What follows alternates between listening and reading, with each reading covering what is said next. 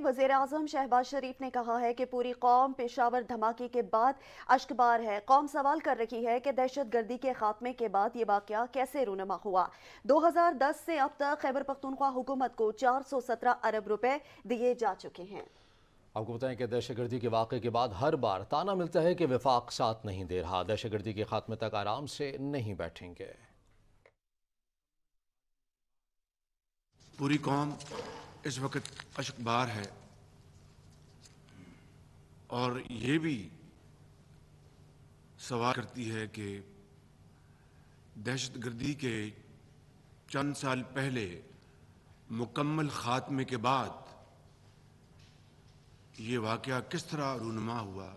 ہر بار یہ تانا ملتا تھا کہ وفاق ہمارا ساتھ نہیں دے رہا اور وسائل کی کمی ہے۔ 417 ارب روپے جو 2010 کا NFC ایوارڈ بڑی محنت سے اور ارک ریزی سے اور چاروں صوبوں کی اور وفاق کی ایک ویلنگ سپورٹ کے ساتھ، اور اس کا میں حصہ بقدر اس کا کریڈٹ میں دوں گا اس زمانے کی وفاقی حکومت جو پیپلز پارٹی کی تھی۔ 417 ارب کہاں گیا؟ اس کی اکاؤنٹیبلٹی ہونی چاہیے، اس کا آڈٹ ہونا چاہیے۔ وہ صرف اسی ایک مد میں تھا۔